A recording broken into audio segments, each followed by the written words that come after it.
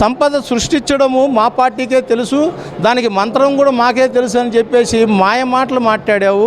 మరి సంపద సృష్టించడం అంటే ఉన్న కాలేజీలని అమ్ముకోవడమా? నీ అనుయాయులకి, నీ వెనకాల చెంచాగాళ్ళకి నువ్వు ఈ కాలేజీని ప్రైవేటు పరం చేయడమా సంపద సృష్టించమని మేము అడుగుతున్నాము. మరి చంద్రబాబు నాయుడు దీనికి సమాధానం చెప్పాలి. పేదలకు అందవలసినటువంటి ప్రతి దాని మీద కూడా నువ్వు ఉక్కుపాదం వేస్తున్నావు. పేదలంటే నీకు పడదని మాకు తెలుసు, మా దళితులంటే నీకు పడదని మాకు తెలుసు.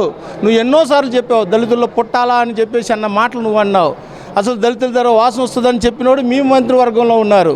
మరి ఇటువంటి వాళ్ళందరినీ నువ్వు వేసుకొని దళితులన్నా కానీ పేద వర్గాలన్నా కానీ నీకు అసూయ 100% అది ఏనాడు నుంచో నీ రక్తంలో జీర్ణించుకుపోయింది.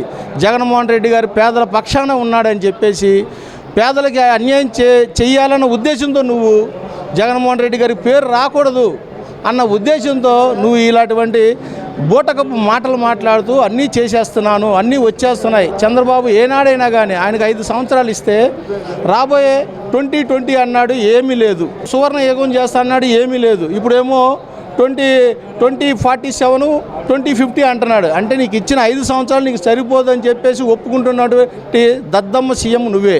నీకు 5 సంవత్సరాల్లో నువ్వేం చేశావు నువ్వు చెప్పగలవా? నీ యొక్క కూటమి ప్రభుత్వంలో ఉన్నటువంటి నాయకులు చెప్పగలరా? కానీ జగన్మోహన్ రెడ్డి గారు నాయకత్వంలో ఉన్నటువంటి మేమందరం కూడా ఎగరేసి మేము జగన్మోహన్ రెడ్డి గారు 5 సంవత్సరాల్లో ఏం చేశాడో అని చెప్పేసి నిక్కచ్చిగా మేము చెప్పగలం. ఎందుకంటే ఆ రోజునే సచివాలయం గోడల మీద మేము ఏం చేసామనేది క్లియర్గా రాసి ప్రజలందరికీ కూడా అందుబాటులో పెట్టాం.